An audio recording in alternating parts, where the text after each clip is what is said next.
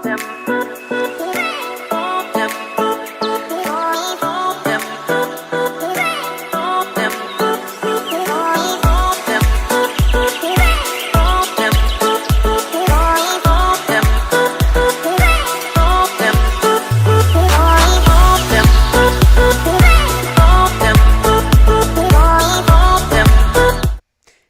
everybody, welcome back to the Young Fan Podcast. Good evening, should I say. Good evening, it's 6 o'clock on this Thursday afternoon. Evening, I've just said it. And today we're going to be previewing England against Ukraine. For the first time, England aren't playing at Wembley, but this is, of course, a massive quarter-final game in Euro 2020. On Tuesday, we saw England overcome Germany at Wembley Stadium by beating them 2-0. We come into this massive game.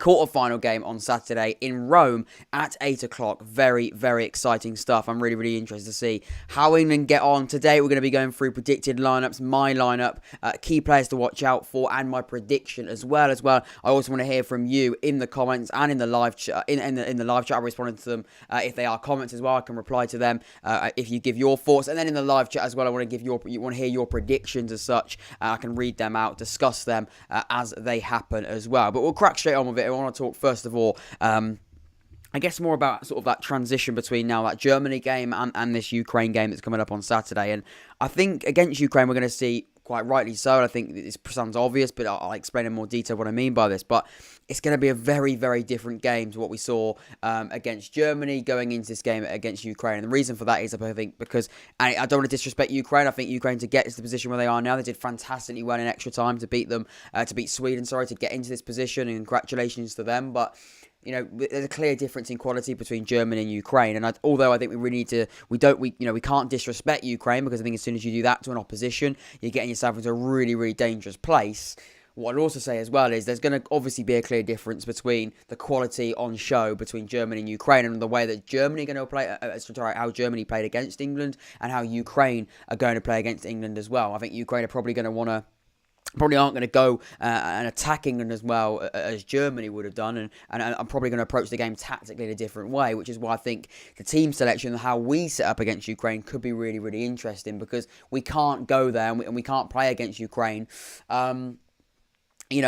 trying to break them down in a slow way. I think the best way of beating Ukraine, the best way of winning this game for me, is just going for them. It is just really, really going for them from minute one. Really, really just going at Ukraine with an attacking, creative spark. Now, please do give your thoughts in the live chat. Give your predictions for this game, your thoughts going into this game as well. I'll be reading all of them out, and please make sure you leave a like and subscribe. All of which are free and easy. But giving your thoughts in the live chat really helps me out, and it gives me sort of different talking points to go off as we go through this episode of the podcast. It is live, but of course you can watch it back as a video, of course. But like I said, it's going to be a really, really interesting game. And this game, first of all, what I will say, it does remind me of the game, the quarterfinal of the World Cup when we played against Colombia. It reminds me of that game a little bit. One of those games Sweden, where it was one of those games where I think what we need to do, and I hope that we do, is go at Ukraine. I think that does come down to the team selection. It does come down to how we play against them. But I really hope we go at them with real creativity and with real momentum and tempo from the off. And it's not going to be easy. It sounds easier than it is, but I really hope we can do that. And, Germany are going to play in a different way. Germany, we saw how they played. They certainly had a go at England. They probably were the best team that England had to face.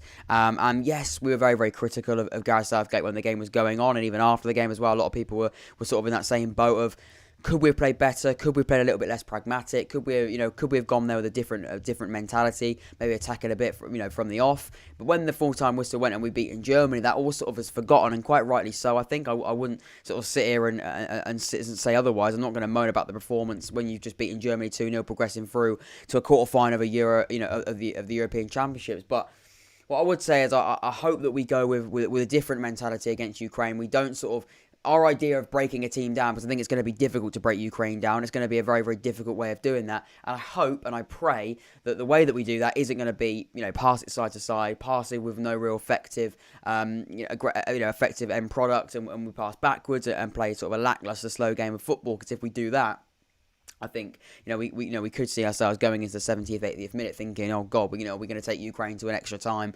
and maybe even penalties. And that's the worst thing we can do because, like I said, no disrespect to Ukraine, but we should be able to beat them due to the quality we've got. They've got quality, they've got good players, but England have that different level. And I think for me, we've just got to go there with that creativity and with that exciting play, with those exciting players that from the off can be a really, really good, can put on a real show. And I hope England can put on that show and come to beat Ukraine. But it's not going to be as easy as that, depending on how we set up and how we approach the game. And that's where I think it's going to be interesting to see the team selection. I'm going to go with the team selection I think Gareth Southgate will go with. I think that's the best place to start. And for me, I think Gareth Southgate will go with... I can see him go with a 5-back again. I can see him go with that and stick with that because it worked well against Germany. I know, like we said, it's going to be a completely different game, but I can see him still go with that. I can see him still play that same way. And the reason for that, for me, I think it's because he's going to want to try and find consistency in how he plays. He's going to try and find consistency, with trying to build a tactic and build momentum. With that, we saw a 4-back through every single game in the group stage. And like I said, it's going to be interesting to see how he goes with that and how he deals with it, going into these next few games. Like I said, it's going to be completely different against Ukraine, but I can see him go with that. I wouldn't be annoyed if he did because I think what we've got to remember as well is it worked. It got us the points. It progressed us through. But like I said, it's going to be a different sort of game. And for me, I would go with a 4 at the back. The reason why I'd go with that is because we can get the players in. We can get the players I want to put into this side in the side. I want to get my Mounts in. I want to get my Fodens back in. I want to get the Grealish starting. I want to keep Sterling. I think he deserves to keep his spot. And obviously, I'd start Kane as well. So I want to get all those players in. Now, is it easy to put all those players in? No, it's not. And that's where the formation comes into play.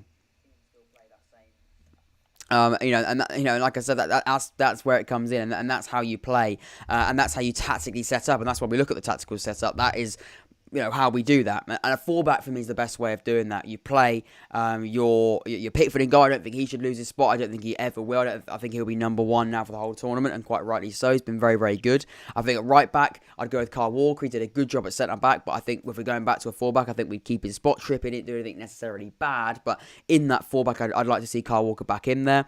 I think Maguire's been fantastic since he's come in, and him with John Stones I've been really, really impressed with. And then at left back with Luke Shaw as well. I like Luke Shaw. I think he's been good since he's come in. That back 4 for me is very, very solid. Then we move into that middle 2. Now, if he plays a 5 at the back, I think he'll still play these 2. If he plays a 4 at the back, I can definitely see him still play these 2 of Declan Rice and Calvin Phillips. But for this game, I don't want to do that. For this game, I'd go with Declan Rice. I keep his spot. I know he went off, I think it was a cramp. I think it was cramp, some sort of injury sort of there. But hopefully, obviously, if it is cramp, he can, medically sort that out and get back into this game. Hopefully fully fit. But when we go into this game, I'd like Declan Rice starting, and then I'd like someone next to him, someone else next to him, maybe a Mason Mount, but a little bit deeper in a more deep line role. Now he has obviously got that time training with the squad now to self-isolation. I think Gareth Southgate are much more comfortable playing him, and then I'd go with him next to Declan Rice. I know that yes, he maybe it sounds strange having he's not going to be the player like Calvin Phillips. He's going to be a little bit deeper, but a bit more of a playmaker, a little bit deeper as well. Sort of find those passes, but also really, really good on the ball as well with his dribbling abilities, technical ability, and him and Declan Rice. Obviously, Declan has been a more defensive ball-winning midfielder next to more attacking free Mason Mount. I think could be really, really interesting. And then in front of them, I'd probably go with Jack Grealish in that number 10 role. Everyone's been crying out for Jack Grealish to start, but I'd go with him because I think he can really change games. We've seen him change games already in this competition, even if he hasn't had the amount of game time that we all feel he might have deserved. I think he definitely should continue to play and this time start in that more number 10 attacking midfield role. He's got that creativity, he's got that room, he's got the freedom to play in. I think he could be perfect in that position. I'd like to see him play in that more number 10 attacking role. And on the right, I'd go with Phil Foden back into the side. I thought Saka's been good since he's come in, but for me, Saka, he didn't do fantastically well against Germany. If we're looking at Saka or Foden, for me, I think Saka's got, and so Foden got really, really bright futures, but right now, who do I think can affect this England side in the most positive way? I'd bring Phil Foden back into this side. I think he was unlucky to miss out against Germany and against the Czech Republic, but I thought in that first game he was very, very good. I know he faded slightly, but generally impressed with him. I don't think he was amazing against Scotland, but which England player was amazing against Scotland. So I'd bring him back into that side on that right midfield, right wing, inverted right wing role, whatever you want to call it. I bring him on that right hand side, and on the left I'd keep Raheem Sterling there. I think that's mainly because I know Gareth Southgate will definitely pick him. I think quite rightly so. 3 goals in 4 games. He's got some very, very important goals for England. He's been a very, very good player since he's coming on that left hand side. And I'm really, really impressed with Raheem Sterling. Sort of as the tournament's gone on, I've seen a better Raheem Sterling. I know he got that goal. In the first game against Croatia, but he wasn't amazing. I probably would have taken him off. But then sort of since then, we've seen a better Sterling, really, really running at players, really affecting the game, affecting the phase of play in a really, really positive way. And for that reason, I'd stick him on the left-hand side and keep him there. And now Harry Kane's got his first goal. I think we're going to see more goals from Harry Kane. I'd expect him to probably score a goal in this one, and we'll come on to that in a minute with my prediction. But I'd expect him to score a goal in this game. I think he will score a goal in this game, and that's why I'd probably go with Harry Kane leading the line.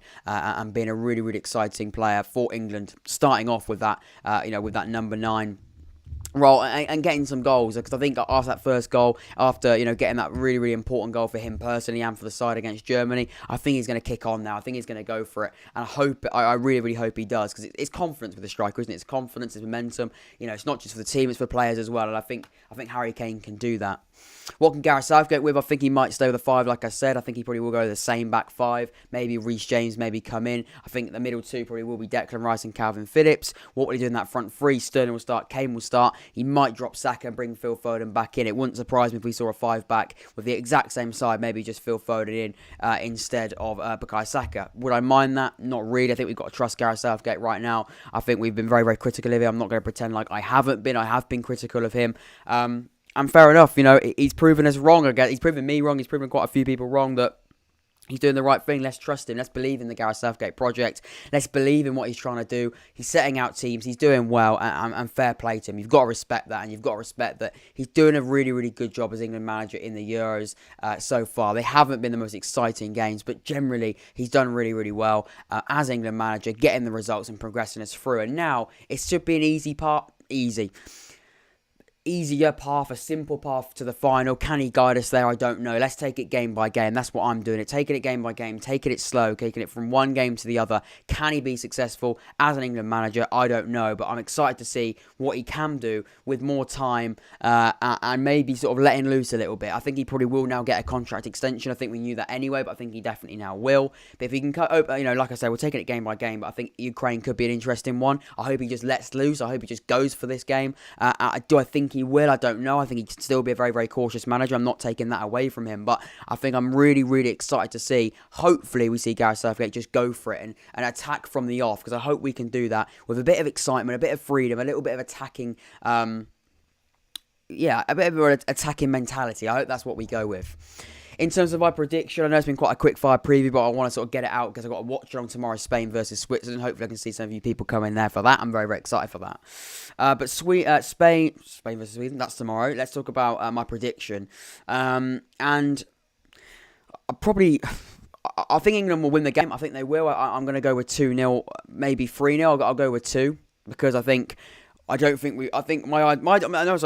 of going for it and sort of hoping beating a team comfortably and blowing away a team. It sounds easy enough. It sounds easier, obviously, than it is. But I think a 2-0 can still be a very, very comfortable performance, because you can win 2-0 and you can just go for it, and maybe could have got 3 or 4, but you get 2, but you dominate the game, you beat them, and you sort of peg them back from the start. And hopefully we can do that. Do I think England have the ability to do that? Yes. Do we have the manager that will do that? I'm not entirely sure, and that's the question mark I have with Gareth Southgate. Has he got that bravery to go for it? I don't know, but like I said, we've got to just trust him. He's doing a great job. He's doing what we want to do, see as England fans, and getting us performances and progressing us through. If we'd done great in the group stage but lost to Germany, we'd be asking him to be sacked because it's not successful. Yes, it was quite a pragmatic and poor performance of football in the group stage, but he beat Germany, and we're now going through to the next round. So that's the question I pose to you. Is he that man with the bravery to go forward? I don't know. That's for you to answer. But either way, this has been my match preview. I've thoroughly enjoyed it. Thank you everybody that's come in live. Thank you everybody that's watching this as a video. Remember, you can please like and subscribe, both of which help me grow my podcast, all that good stuff as well. It's been great speaking to a few people. Great to see people in here as well. Quite a different time, quite a weird time, a Thursday afternoon at 6 p.m. It's quite a strange time for a match preview, but that's because I've got a live watch along tomorrow, and I will have a live podcast episode straight after the Ukraine-England game on Saturday around 10 p.m. Look forward to seeing some of you in there as well. I've been Jack. This has been the Unfan Podcast. This has been your Ukraine-England match preview. I've thoroughly enjoyed it. Take care. See you in a bit.